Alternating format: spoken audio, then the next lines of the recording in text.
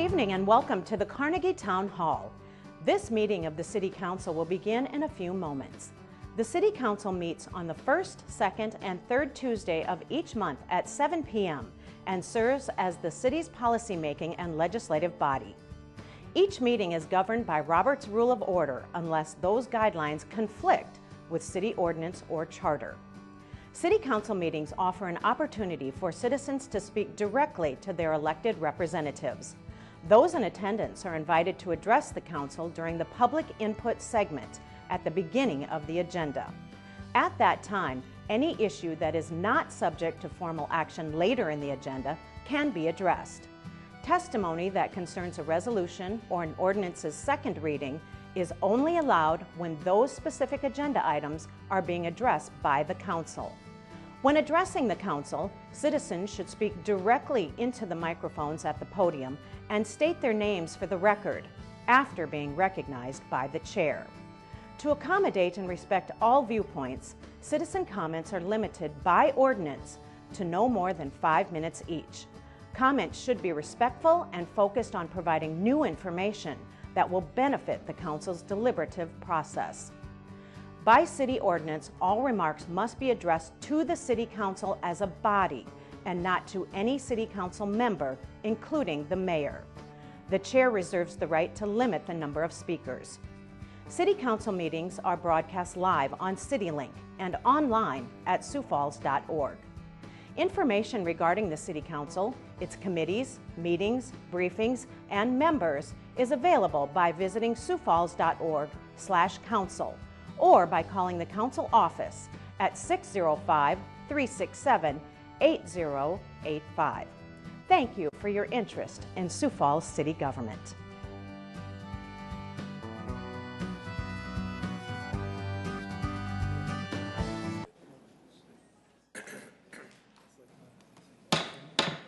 Good evening, everybody. Welcome to tonight's City Council meeting. It is Tuesday, October 17th.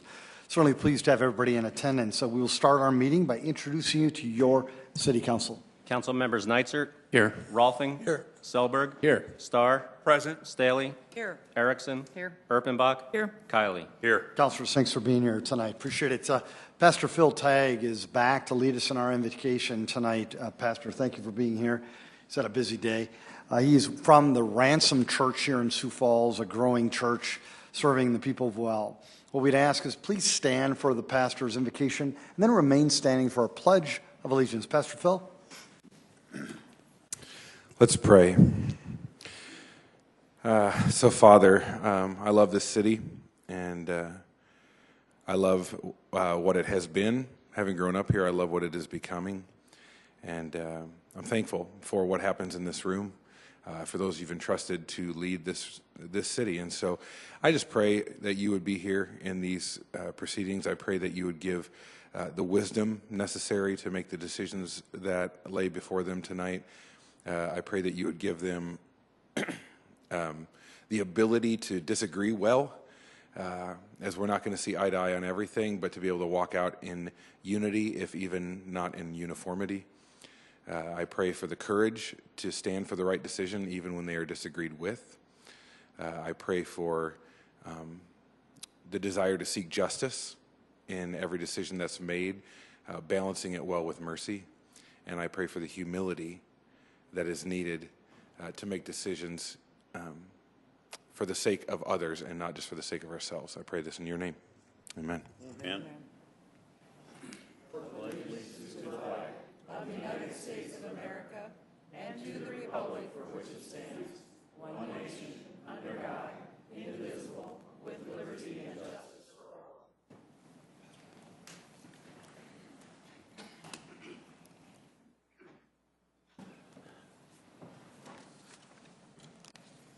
Councilors, thank you very much. We'll move on with our meeting with an approval of the consent agenda. Any motion changes? Move to approve, Rolfing.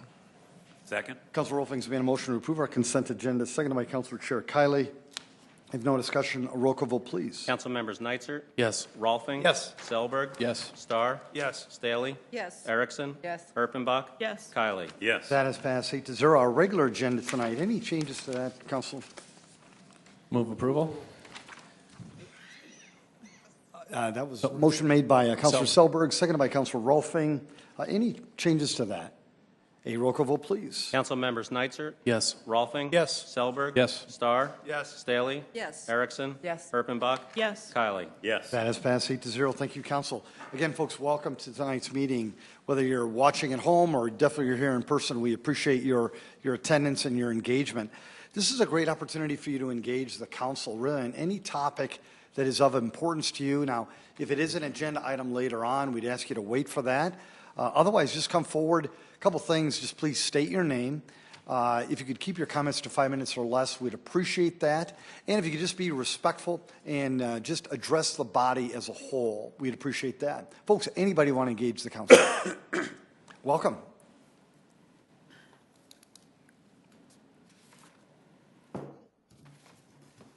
Wish I had a better way to do this. We'll have, Jim, would you mind? Thank you. We'll take care of that for you. So you could see Oh, it. looks great. Thank you. Okay. And I'll leave it here so that you can see it afterwards. Is that better? Yep. Okay. Good evening, Mayor Huether and council members. My name is Edie Somrowski. I live at 1005 Harrington Circle, and I'm here to oppose a casino serving liquor at Gary Cohn's Amico gas station on the corner of 18th and Cleveland. As I sat thinking of what to say to you, the church bells were ringing. They ring on the hour in our neighborhood. I also was remembering growing up in this neighborhood with my brothers and sister, walking to the neighbor grocery store, Andy's. And Andy would always treat us to a popsicle. When a new development of housing opened, my husband and I moved here in this area. And all these pictures are going to correlate with what I'm telling you so that you can look at it afterwards. We've lived in this area for 40 years. We loved raising our family here. We are 2 blocks from 2 major schools, Cleveland Elementary and St. Lambert's. We are 1 block away from the family-run grocery store Andy's and the gas station. We have many churches in this area and lots of children and elderly. Across from where Gary Cohn's wants to put his casino is housing for the physically challenged neighbors, including wheelchairs, walkers, and paratransit.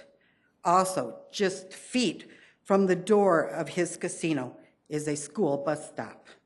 Across the street is the city bus stop. My grandchildren, along with many other children, cross 18th in Cleveland to get to Andy's store. We do not need a casino in our backyard. I ask you all, would you want a casino in your neighborhood? Sioux Falls' slogan has a focus on community. There are adequate business locations and casinos within a mile or 2 of all directions of Gary's gas station. Who would this serve? But one, Gary Cohn, and maybe his friend. How many jobs would it offer to make it worthwhile? It's what you stand for and what you stand against that defines you. Thank you for your time and for returning our calls. We have a couple other speakers that want to speak on different concerns. Thank you. Edie, thank you. And Edie, would you mind just taking that and just giving it to Jim, please? Thank you so much. Thank you. Folks, welcome.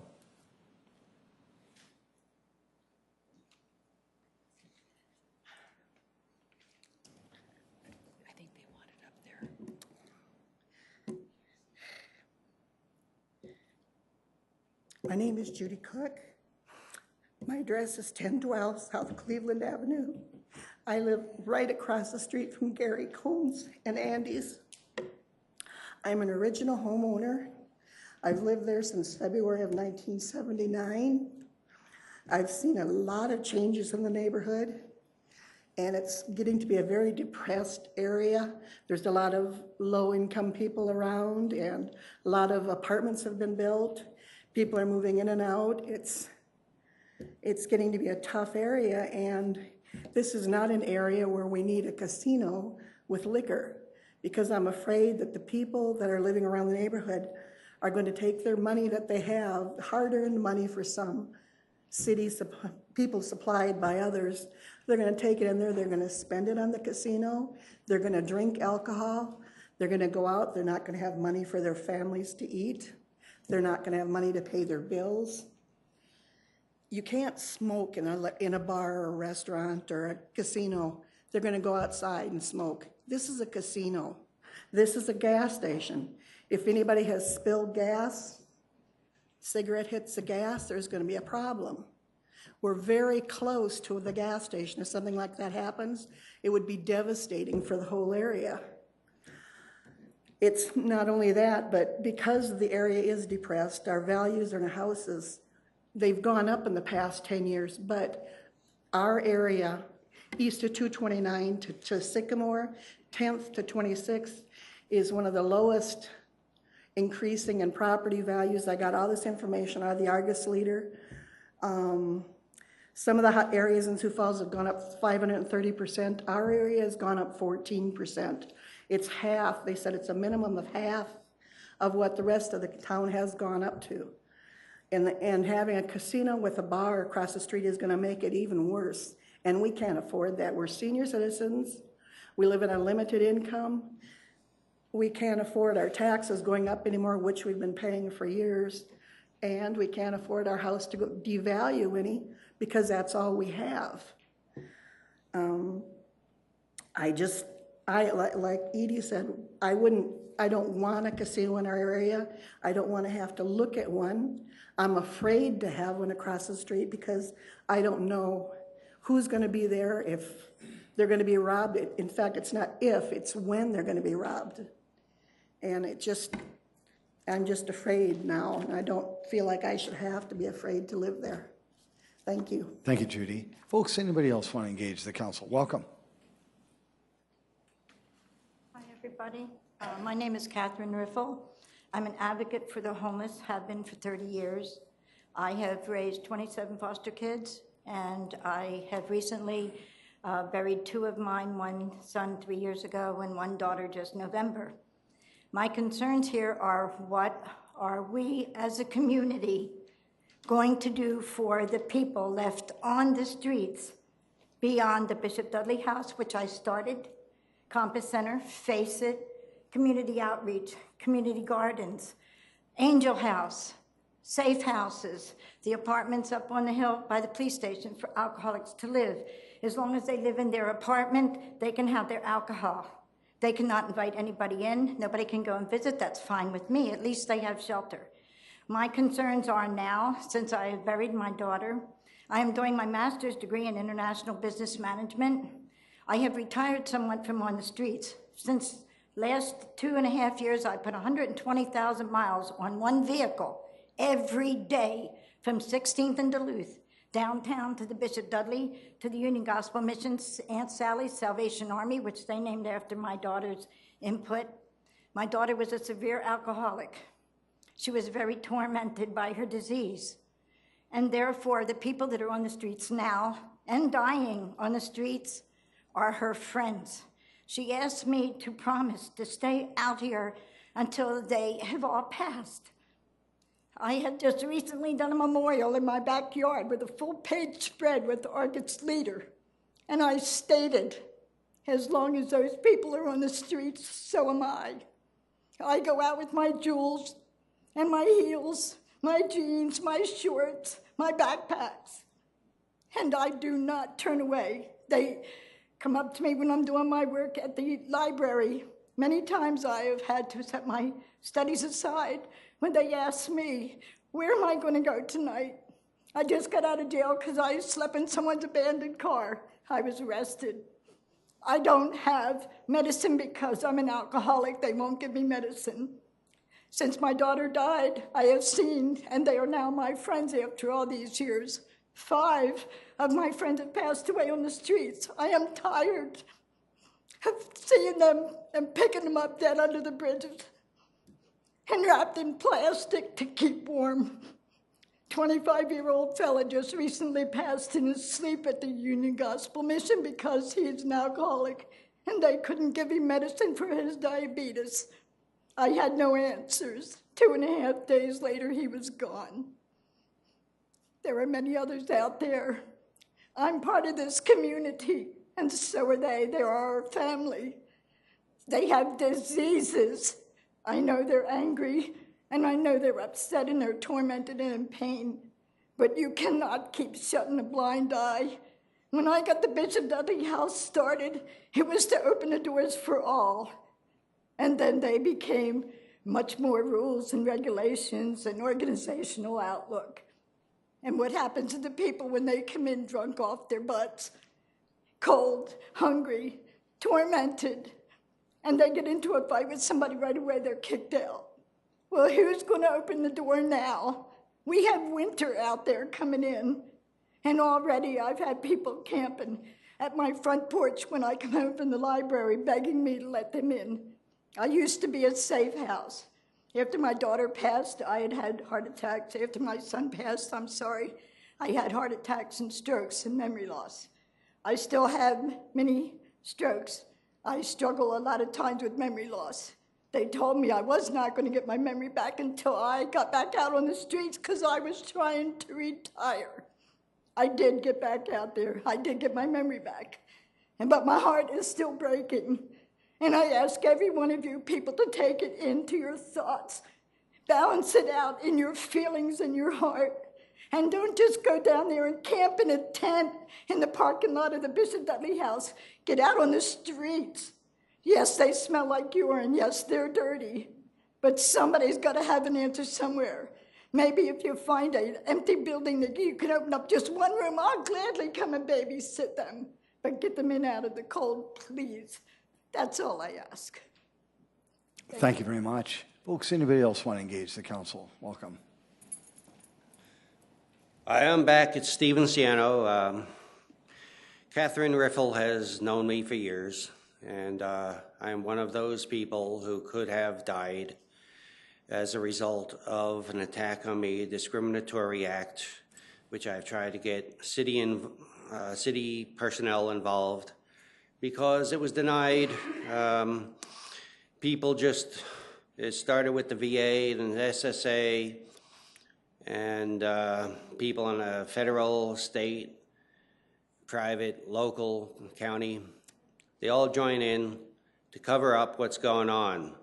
There's a legal term for that, misprision of felony. There are felonies involved. People tried to kill me through prolonged deprivation of my needs, that being financial, medical, and other. Covertly, of course. They're not going to advertise this, certainly, and I'm trying to get local police to look into it. And I'm trying to get, since my medical needs have been denied, I'm trying to get Falls Community Health to act positively, and I've got some good news on that I was told by the clinical services manager just last week that they have indeed received documentation to establish the fact that my actual diagnosis, the legitimate diagnosis, is PTSD, as I've been claiming. They falsely claimed other stuff to make me seem not credible. Now, the people at the Futures Group, including PhDs such as John Hart and Tom Killian, who there was a local college named for, would refer to me because I am well informed on a variety of subjects, and I welcome you to question me, to quiz me, whatever. I feel that in your doing nothing, I feel you do renege on your responsibility to the people of Sioux Falls to assert your supervisory position. I feel that you are responsible, and I feel that you are complicit thereby through an act of omission. And I have read much of law, as the city attorney you have here certainly is aware of. I've dealt with her, and she knows of details of my situation. I've been encouraging her to try to pass it on to somebody.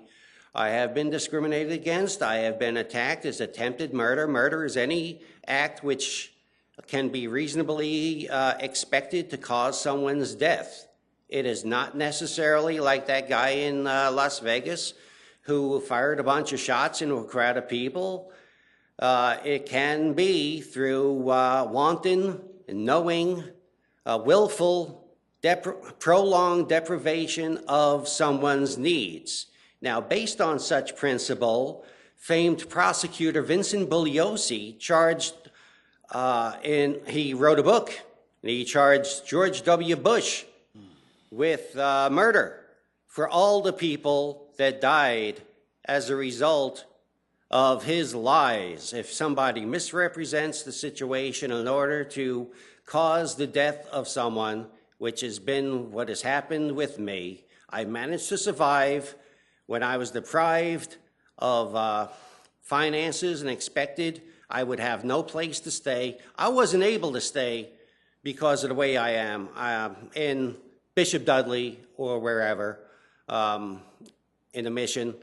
I wasn't able to. I wouldn't have survived. And somebody allowed me to stay until I owed over $20,000. And when I got the money in, I paid because I'm an honest person. And in return for her saving my life, I saved hers when she didn't know she was septic and I got her to the hospital.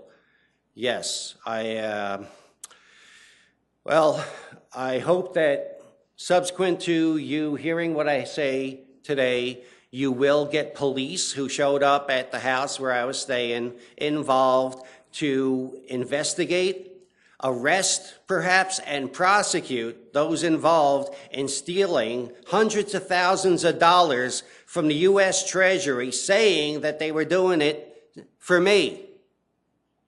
And I contacted the CEO. Ian. Okay, thank you.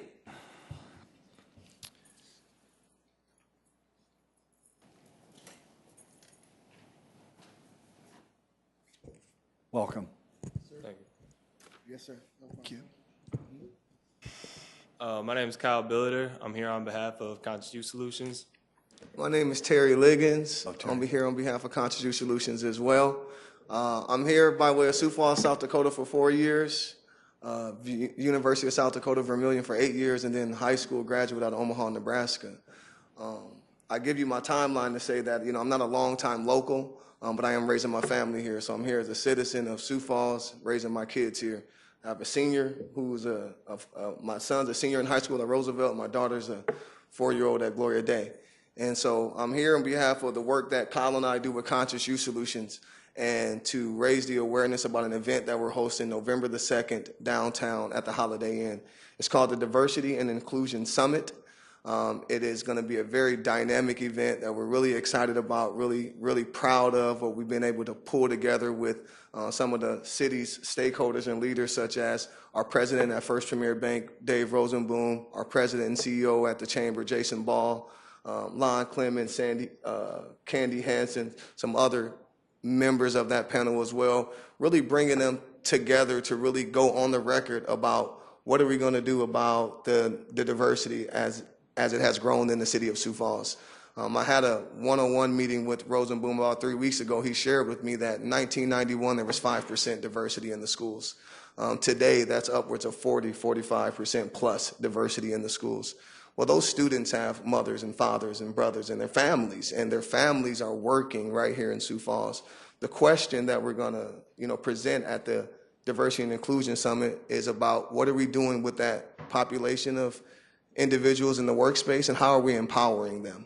What type of things are in place to empower the emerging population of diversity here in Sioux Falls? We at Conscious Youth Solutions, we perceive and talk about diversity at more than just ethnic diversity. We really are challenging people to embrace the age diversity of it all. I like to reframe that term millennials as our next generation of leaders. Gender diversity, thought diversity, all these different type of things, ways to perceive diversity in a way where it's not just about the color of your skin or your religious belief or your orientation. It's really about just having an open mind to what's the reality of Sioux Falls right now and its multifaceted, multicultural, just diversity that it is, and what are we going to do as a city to embrace it.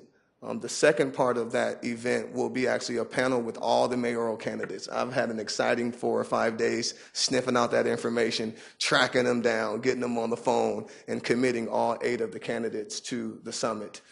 So our second panel will be a mayoral panel, and we're really excited for our keynote speakers, which are the leaders in culture consulting, so Vani and Harari, Tammy and Dysart with Think 3D Consultants. They're going to have a keynote presentation called Good Going on Offense. We are a good city. We are good people. Is that enough? It's time to really have our good go on offense, and the culture consultants of Think 3D are going to give a very dynamic workshop, hands-on type of presentation where we're inspired, right, to take the next steps. A couple of opening addresses, one with Jason Ball opening up the ceremony. Our president, Moses Tutt, will welcome the ceremony. I will close it out with a program that we've been able to complete called our Youth League Apprenticeship Program, and we're excited to highlight that as well.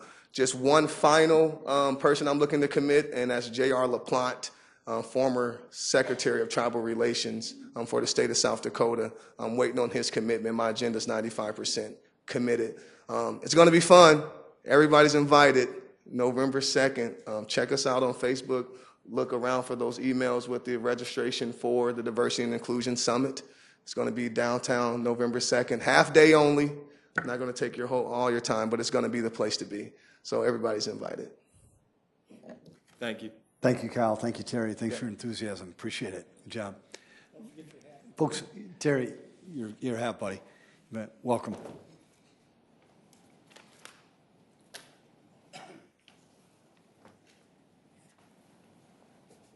Bruce Danielson.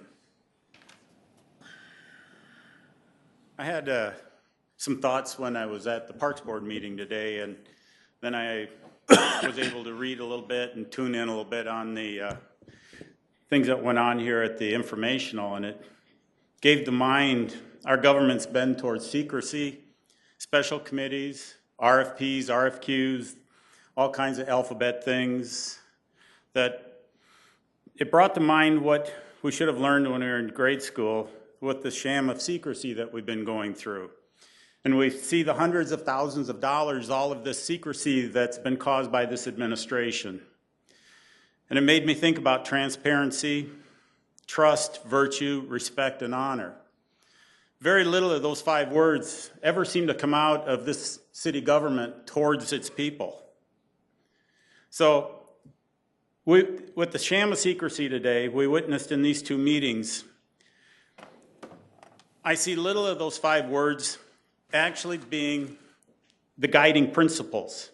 The Parks Board meeting, we're going to see the change to a different golf organization. You don't even invite those people to the press conference that you're having tomorrow. People are avoiding going to the press conference, so they're not tied to the event. It's very interesting.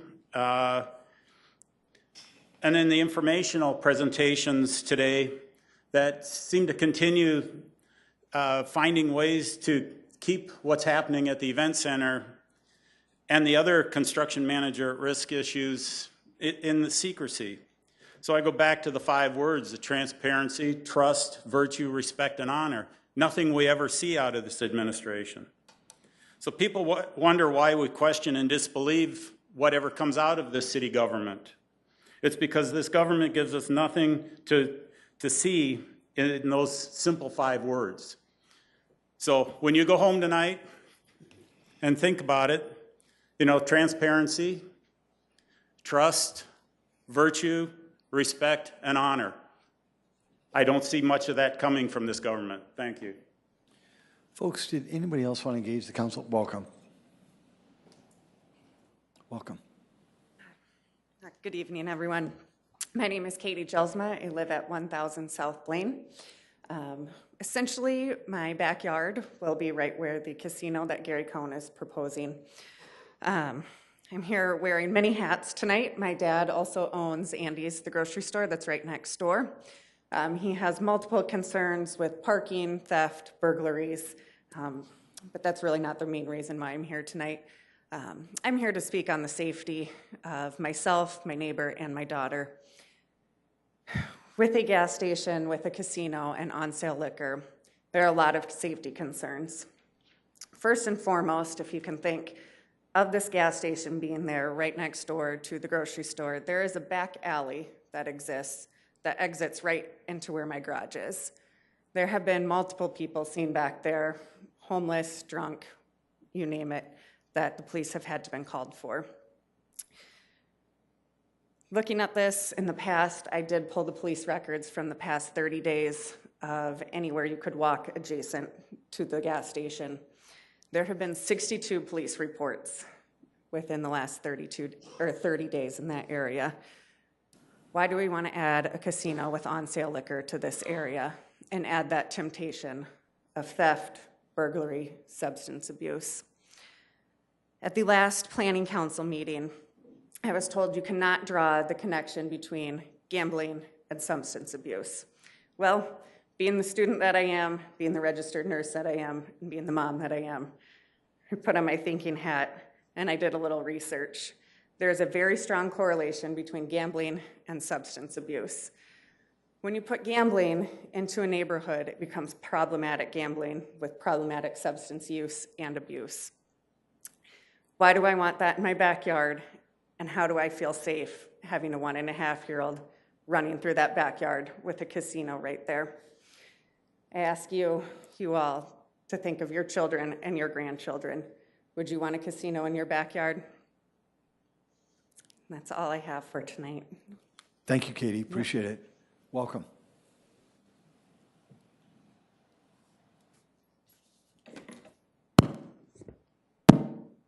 Hello, everyone. Thank you for allowing me to speak. My name is Del Inca Bodwan, and I live in Sioux Falls now and have been for 13 years. And I am the owner of Swamp Daddy's Cajun Kitchen food truck. And the reason I'm here today is to give you an update. I spoke a couple weeks ago about our fundraiser benefit to raise money for those affected in Puerto Rico by Hurricane Maria. And we had the first annual food truck trunk or treat on this past Saturday, which wasn't the ideal weather for it, but we still had a wonderful turnout. It was from 5 p.m. to 8 p.m. And we were able to have 5 food trucks that came out, and we had a DJ and some trunk or treats, and we had a lot of people that actually did come out despite the weather. And with that, most of the funds that were raised that night came from the food purchases from the food trucks. And again, I had mentioned 2 weeks ago that 100% of the money that was earned from the food trucks will be deposited into the account. And then we also had people that gave donations as well during the event who maybe did not purchase food or wanted to give extra. And so with that, I have on here a list of everyone that gave a monetary donation that did not make a food purchase, and also the amounts that were earned from the food trucks. And we have a total from that night, $2,053.57, which I think is amazing despite the weather and everyone that came out and still were able to participate in the event. And I made that deposit today, and I checked the balance of that account, and it was now at $2,308.57. So we have people that donated to that account on their own, because that is a public account where people can give some money. So we were very excited to see the community come out and support, and I just wanted to read you a few of the comments. But before I do that, I wanted to give a huge thanks to our sponsors that made it possible for 100% of the funds to be donated, and that was Beds by Design, Monte Fernandez State Farm, American Hero Clothing, Cleavers, Pro Cellular, Augustana, Greens and Spices, Papa Woody's Wood Fire Pizza, Do Gooder, Swamp Daddy's Cajun Kitchen, and a private donation as well. And one of the comments on here was, just wanted to say thank you for the great time. Thank you for the cause too. A lot of folks need to be reminded that we are human and we need to come together, big or small, and help make a difference. We could not donate much, but every little helps. Hope to see more of these kind of events happen. Live music was awesome. So I know that there are a lot of benefits that go on in Sioux Falls, and $2,000 is not comparable to the amount of money raised in some of the other events, but this was my first time doing something like this, and I think that it was successful. The kids had an amazing time, And if you go on our Facebook page, Swamp Daddy's Cajun Kitchen, we've posted several pictures of the event, the kids in their costumes, the trick-or-treaters, and everybody just had a wonderful time. And so I wanted to thank the community for coming out and supporting, and we look forward to next year finding a great cause and seeing how we can help. Thank you. Thank you for your stewardship. Thank you. Folks, anybody else?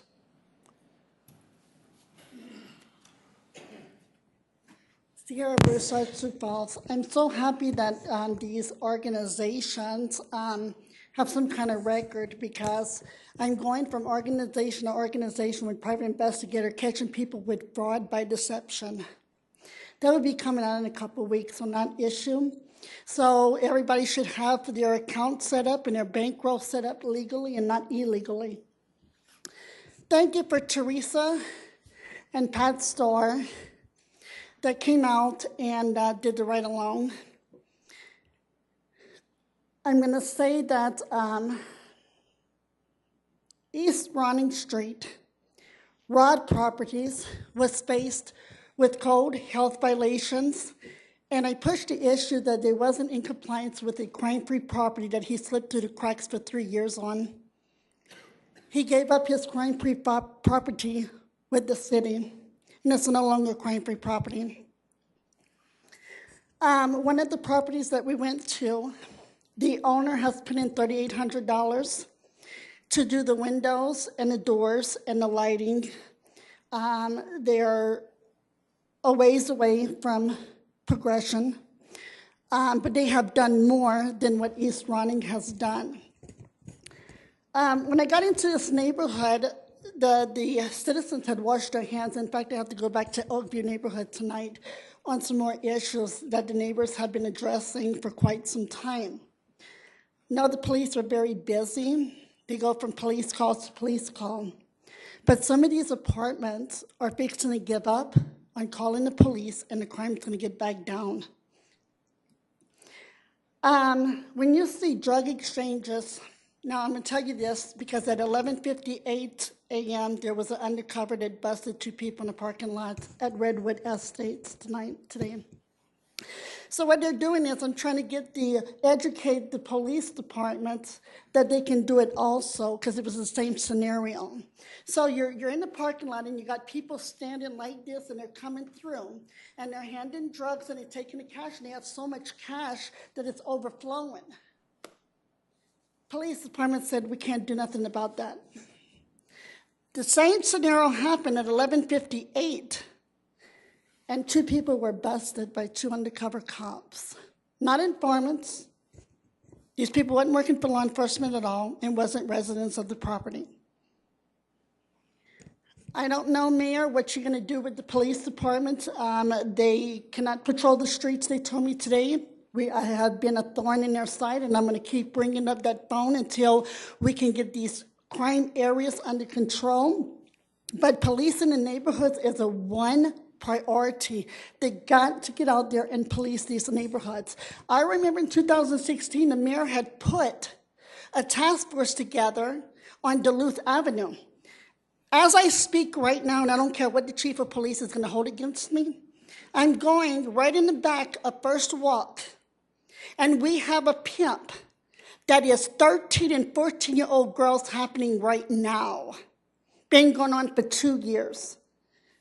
What's the deal going on here? If I rescue these 13 and 14-year-olds, I told the police they're going straight to the police station. No sense. As a community activist, we got to step up and fight the crime in these neighborhoods, but the police have to come and meet us halfway here on this issue. The police, when the spotlight happened, and then it's going to be on the Argus leader, he gave up his crime-free property because he was backed into a corner because he was illegally doing the crime-free property and wasn't up to compliance with it. Came to the spotlight, and evidently he wanted to back down from it. But I'm not going to back down from his property yet. He's still got code violations. He hasn't complied, so this is his 2nd attempt. The 3rd attempt, he's going to the city attorney's office on it. Numerous of health violations on top of that. And abandoned cars that are on the streets. So what he does is he gets it off the property, the police ticket him, They're supposed to come back around in 24 hours and pick up them cars. They're not picking up the cars. So I'm telling the police this is very high crime area. They know of it. So if we can reduce the police calls for service, reduce the stress of these policemen, and have the ease and the mind off of these homeowners that's been dealing with this for 5 and 7 years, that's what we need to start doing here. It's a very, I get into it every day, and I got scolded by the police today, and I don't care, and Thanks, I'm going to Sierra. keep doing it. Thank you. Yeah, Folks, you're welcome. Anybody else want to engage the council? Welcome.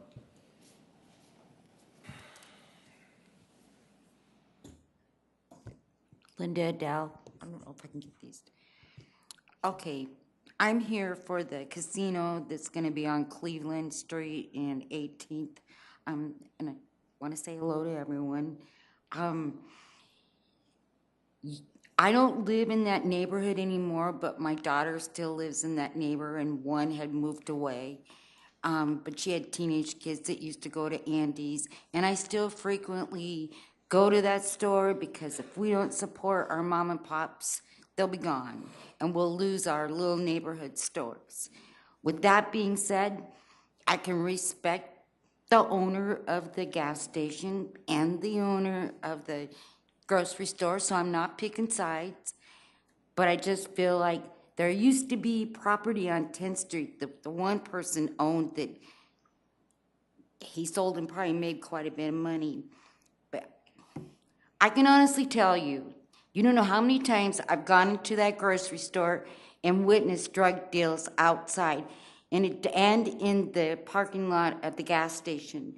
And even since I moved out of that neighborhood, my car has distinctive stickers on it, so I didn't want to be standing there writing down, because even though I wanted to, because I'm one of those little old ladies that'll stand out there and I know what you're doing. I'm just that way because I just want to run drug dealers and whatever else is going on out of the neighborhood.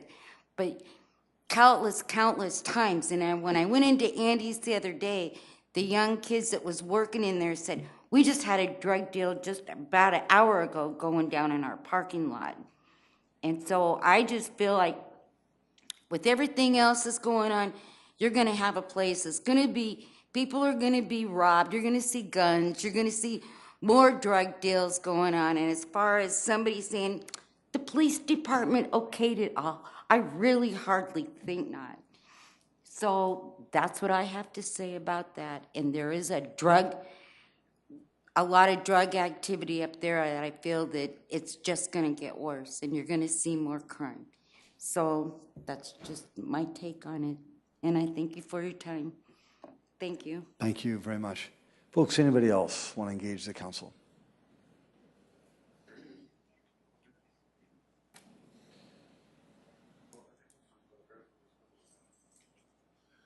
Good evening. My name is Troy Johnson, and I'm actually speaking on behalf of Mary that lives right next door to Gary Cohn's Co. at the corner of 18th and Cleveland. In fact, her property adjoins the proposed casino property, and I know a lot of her concerns in this letter that I was going to read for her have already been addressed by other people, but a couple things that haven't been addressed are parking, or one of the main issues is parking. There's really no division between her property and the proposed casino property. The asphalt and pavement, I don't know if you're familiar with it, but there's no division. There's no way to separate it. And Mary already has trouble with gas station patrons using her driveway. There's been things such as changing tires in her driveway and blocking her driveway or blocking her garage. So with the addition of a casino, that's certainly parking is an additional concern with the gas station, convenience store, casino, and people staying out of her driveway.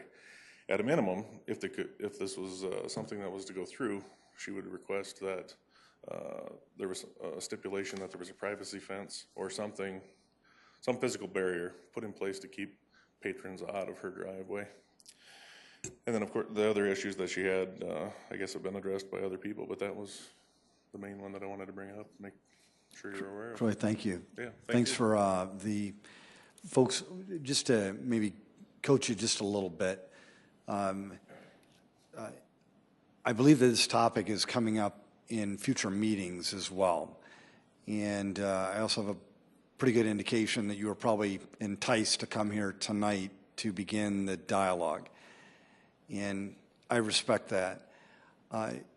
In future meetings, what I would encourage you to do, because I know this council, they listen to you very intently tonight. And, you know, the topics about potential crime, potential loitering, parking, Troy, and others. And so thank you very much. There's going to be other opportunities for you to engage the council on this topic, and not only next week, but probably the week after as well. So again, this is the way that it works. Normally folks will wait until next week, but I know that you were coached to come here tonight. I would encourage you, if you've got additional dialogue, the more unique it is, certainly helps your cause. And I know the council appreciates that as well. Repeating the same comment over and over again, it probably doesn't help as much as you may think. But again, Troy, great job on the parking topic. Appreciate it. Folks, anybody else want to engage the council on this topic or anything else? Thank you. Item 13.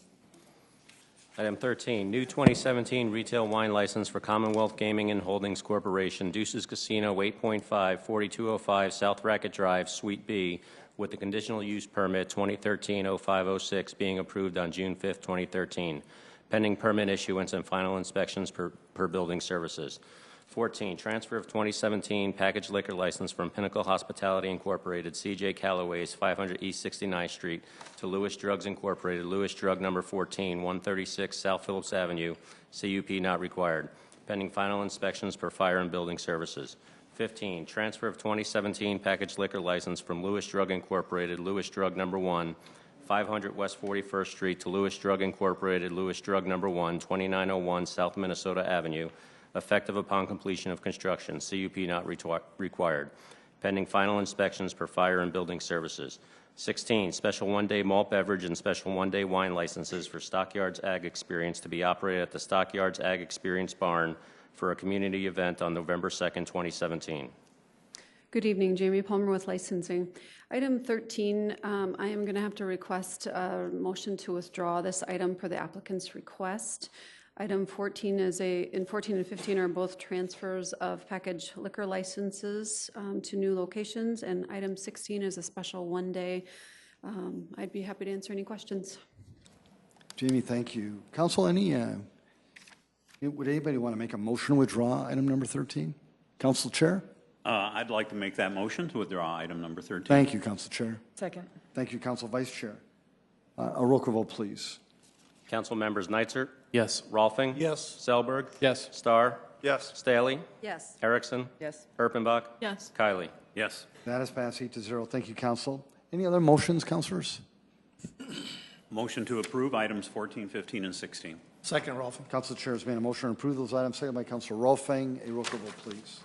Council members I'm Neitzer? sorry. No, that's okay. Councilor Starr, I just had a quick question. No, you go right ahead. Sorry, Thank sir. you. My Jamie, apologies. no, that's okay, because we're, Jamie, one of the things that stood out to me on these items, they're all pending final inspections.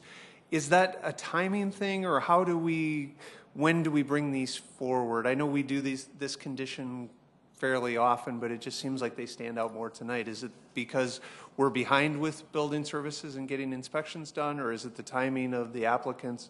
More general, I don't necessarily care about each one individually, but just as an overall.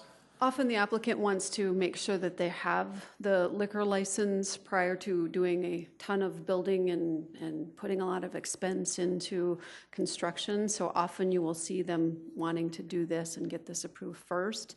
I don't know that that's the case with these two items particularly, but that does happen a lot.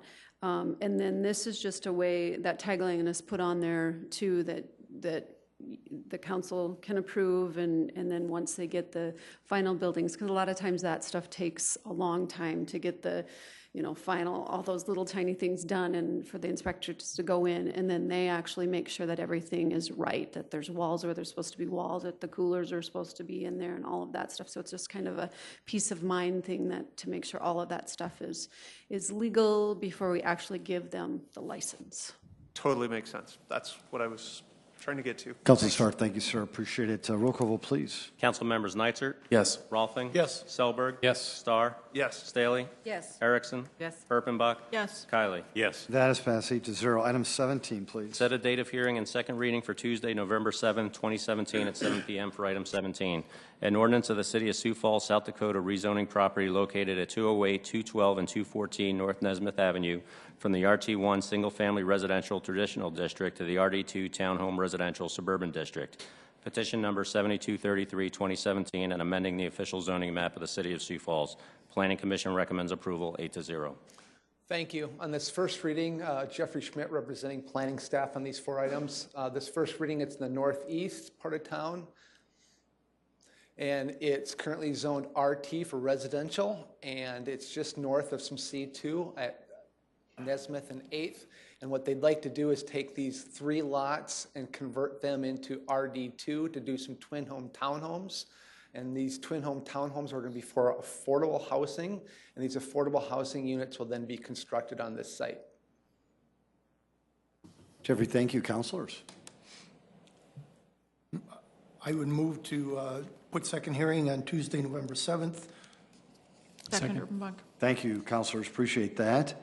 Any roll call vote, please. Council members Nitzert? Yes. Rolfing? Yes. Selberg? Yes. Starr? Yes. Staley? Yes. Erickson? Yes. Erpenbach? Yes. Kylie? Yes. That is passed 8-0. Item 18. Set a date of hearing and second reading for Tuesday, November 7, 2017 at 7 p.m. for item 18. An ordinance of the City of Sioux Falls, South Dakota rezoning property located west of North Cactus Drive and south of East Amani Ridge Place from the AG Agriculture District to the RS Single Family Residential Suburban District. Petition number 7287-2017 and amending the official zoning map of the City of Sioux Falls. Planning Commission recommends approval 8-0. The applicant and owner for this property is Jeff Groin. He's already rezoned the property for residential single family. He has some other property that he owns up there that's ag. And what he's trying to do with this property is, again, get it all ready for residential single-family lots. And so you can see that he's just converting some of his ag property to residential single-family so that he can build the remaining residential single-family land in his subdivision. Council? Move to set the date of hearing for Tuesday, November 2nd. Second, Selberg. Thank you, councilors. Appreciate that. Any roll call vote, please. Council members Nitzert? Yes. Rolfing? Yes. Selberg? Yes. Starr? Yes. Staley? Yes. Erickson? Yes. Erpenbach? Yes. Kylie? Yes. That is passed 8-0. Item 19. Set a date of hearing and second reading for Tuesday, November 7, 2017 at 7 p.m. for item 19. An ordinance of the City of Sioux Falls, South Dakota rezoning property located north of East 85th Street and east of South Minnesota Avenue from the AG Agriculture and RA2 Apartment Residential Moderate Density Districts to the RA2 Apartment Residential Moderate Density and C2 Commercial Neighborhood and Streetcar Districts. Petition number 7434-2017 and amending the official zoning map of the City of Sioux Falls. Planning Commission recommends approval 8-0. This is east of Minnesota Avenue, north of 85th Street. The applicant and owner is Lloyd's Companies. This doesn't happen frequently, but it does happen, as you can see in this exhibit and the next couple exhibits. Their legal description and their parcels don't necessarily match up with their zoning. So the existing zoning's on the left, their proposed zoning's on the right. They've already zoned it all for apartments and commercial, but now they have to come in and make it match up with what their actual legal description is now that they're on the site. So they're just correcting that to make sure it all is specific. The entire site that you see here that they're correcting is less than half an acre. Thanks, Jeffrey. Councilors? Councilor Nitzert, sir. Is I assume that access is off of 85th? It is off of 85th Street, just to the east there, and Greg, you might, it's called Clearwater Place. Water Place, okay, Yes. because that's a Highway 100 alignment right up there, Correct. isn't it? Yes. That little and thing. so it will go through the commercial property up north to the RA2 apartment land. Okay, I'll move to set second hearing for Tuesday, November 7th. Second. Councilors, thank you very much for that. Roll call vote, please. Council members Nitzert? Yes. Rolfing? Yes. Selberg? Yes. Starr? Yes. Staley? Yes. Erickson? Yes. Erpenbach? Yes. Kylie? Yes. That is passed 8-0. Item 20. Set a date of hearing and second reading for Tuesday, November 7, 2017 at 7 p.m. for item 20. An ordinance of the City of Sioux Falls, South Dakota, rezoning property located west of South Franklin Avenue and between East 6th Street and East 8th Street from the unzoned railroad right-of-way to the DTPUD Downtown Planned Unit Development District, petition number 7440-2017, and amending the official zoning map of the City of Sioux Falls. Planning Commission recommends approval 8-0. This probably speaks the best to the exhibits and what we're doing here. The applicant, the owners, the City of Sioux Falls, and as you can see on all of our zoning exhibits, we show the colors of the zoning, and right-of-way is unzoned, it's white. So we've bought, we have this railroad right-of-way, which is white, and it's unzoned. So now that it's coming in and it's going to be developed, you have to zone that railroad land to downtown PD. And so it's being converted from basically nothing unzoned on the left to the downtown. So everything in the downtown is purple. Move to set the date of second reading on Tuesday, November 7th. Second. Thank you both on that one. Appreciate it. Roll call vote, please. Council members Neitzer? Yes. Rolfing? Yes. Selberg? Yes. Starr? Yes. Staley? Yes. Erickson? Yes. Erpenbach? Yes. Kylie? Yes. That is passed 8-0. Item 21. A resolution advising and giving consent to the appointment of members to certain citizen boards, those being Sarah Aldinger, Terry Kelly, Katie Krantz, Gwendolyn Martin Fletcher, Tom Hurlbert, Nick Bournes, Jeremy Eitreim, Robert Hillman, Christopher Hanmer, Sean Garney, Barbara Burnley Hammer, Benjamin Teensvold, Bruce Williams, and Lane Lundaby. Very good. Is there anybody in the audience who's part of this team? That's okay. Thank you. Right there. Oh, there is. Welcome, sir. Please, Yes. that is rarely happens, but I love it. And I know Councilor Erickson loves it too. I do. Tell us your name, please. Bruce Williams. Bruce Williams is kind enough to serve on the Solid Waste Planning Board. Bruce is willing to be a good steward for the next 3 years through October 2020. Mr. Williams, we don't, well, you haven't been approved yet, but once we approve you, then I hope we'll cheer for you. How's that? Thank you for being here. Why did you come? I love it.